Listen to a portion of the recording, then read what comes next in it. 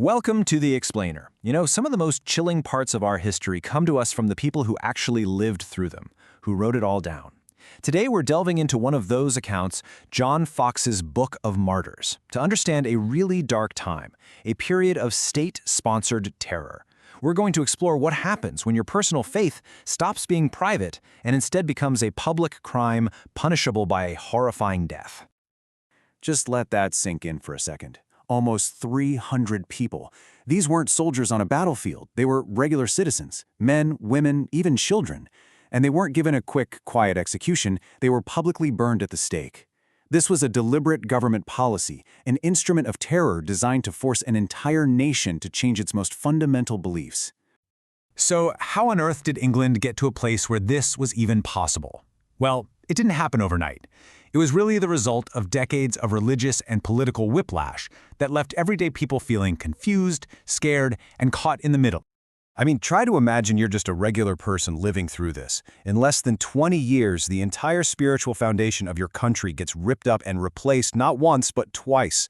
First, King Henry VIII completely breaks away from the Pope in Rome. Then, his son Edward comes along and pushes the country even harder into Protestantism. The church services change, the language changes, everything. And then suddenly he dies, and his half-sister Mary takes the throne, promising to drag the country all the way back to how it was before. It must have been absolutely dizzying.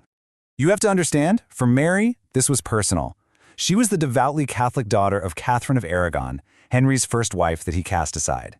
So for her, the Protestant Reformation wasn't just some political squabble. It was a deep personal wound. It was a heresy that had humiliated her mother and, in her eyes, corrupted the soul of her country. Her entire mission was to undo everything her father and brother had done. She even married the most powerful Catholic king in Europe, Philip II of Spain, and brought back old laws that made heresy a crime you could be killed for. This was her crusade. The new regime didn't waste any time making its intentions brutally clear. And they were smart about it. They didn't start with some random person in a far-off village. No, they chose a well-known, respected figure right in the heart of London. They wanted to make an example out of him to make sure everyone was talking about it. So what was the official crime? Heresy. In this context, that meant you refused to accept the authority of the Pope, or you rejected core Catholic beliefs. The big one was transubstantiation, the idea that the bread and wine in communion literally become the body and blood of Christ. If you didn't believe that, you were a heretic, and the punishment was specifically chosen for its symbolism. Being burned alive wasn't just about killing you, it was seen as a way to purify your heretical soul with fire, a terrifying preview of the hellfire they believed you were destined for anyway. And that brings us to John Rogers. He was a well-respected minister in London. Right after Mary became queen, he got up in his pulpit and preached a sermon telling his flock to hold on, to stay true to their Protestant faith. That was it. For that, he was arrested. They held him in prison for over a year, constantly trying to get him to back down, to recant. But according to Foxe's account, he just wouldn't do it. He knew exactly what was coming, but he refused to betray his beliefs. His execution was pure public theater. They marched him through the streets of London, right past his own church. And Foxe tells us that standing in the crowd were his wife and his 11 children, one of them just a baby in her arms, all there just hoping to see him one last time. This was a calculated act of pure terror. The message couldn't have been clearer. This is what happens to anyone, no matter who you are, if you defy the Queen's religion. But it backfired. It didn't create the fear they wanted, it created martyrs. The defiance of John Rogers really set the stage. And that leads us to probably the most famous, most iconic act of martyrdom of that whole era. A moment that, because of the power of printing, would echo for centuries. Okay, so if John Rogers was a warning shot, executing Bishops Nicholas Ridley and Hugh Latimer was a declaration of total war on Protestantism. These weren't just some local preachers. These guys were the heavy hitters, the architects of the English Reformation. Their arrest and very public trial in Oxford was a massive spectacle. It was all designed to publicly humiliate the Protestant leadership before they were executed.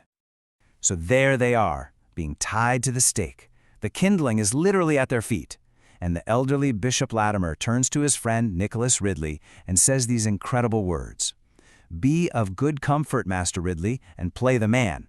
We shall this day light such a candle, by God's grace, in England, as I trust shall never be put out." And wow, was he right. That moment, which was meant to be the ultimate show of force, the ultimate proof that the state could crush anyone, It became the exact opposite. It became a symbol of unbreakable resistance. Instead of stamping out the Reformation, the flames that killed Ridley and Latimer lit a fire under it. Their courage, written down and passed around in books like Foxe's, inspired so many people and just made them even more determined. But here's the thing. This wasn't just about targeting the big names. That was just the start. The real horror of what happened during Mary's reign was how it reached into every town, every village, every level of society. Absolutely no one was safe. The sheer scale of it is just staggering. We're talking about nearly 280 people burned to death in a little over 3 years. That works out to more than one person being burned alive every 5 days, week after week, month after month. It was a relentless, grinding campaign of terror. And as you can see, the victims came from every walk of life imaginable. It wasn't just clergy. It was tradesmen, weavers, merchants, farmers, laborers.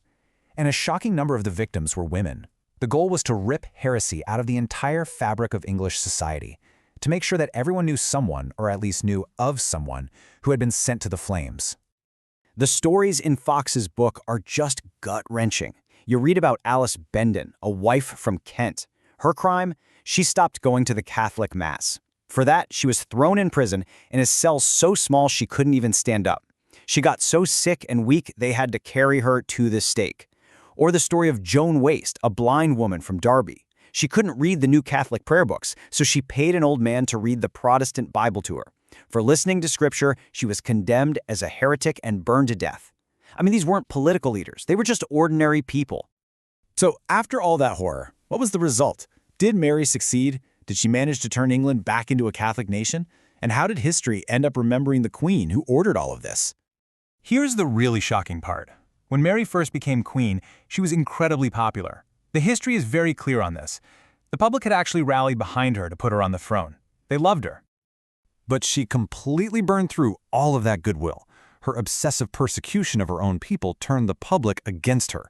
The public burnings didn't create obedience, they created horror and disgust. By the time she died, just 5 years into her reign, she was hated, and she had earned herself a nickname that has stuck for centuries, Bloody Mary. And the reason we remember these stories in such vivid detail is all because of the printing press. Books like John Foxe's Book of Martyrs were filled with these graphic, eyewitness accounts of the trials and the executions, and they were a massive hit. In the years that followed, it became one of the most widely read books in all of England, second only to the Bible. It basically tattooed these stories of suffering and defiance onto the national memory. Which really leaves us with this final thought.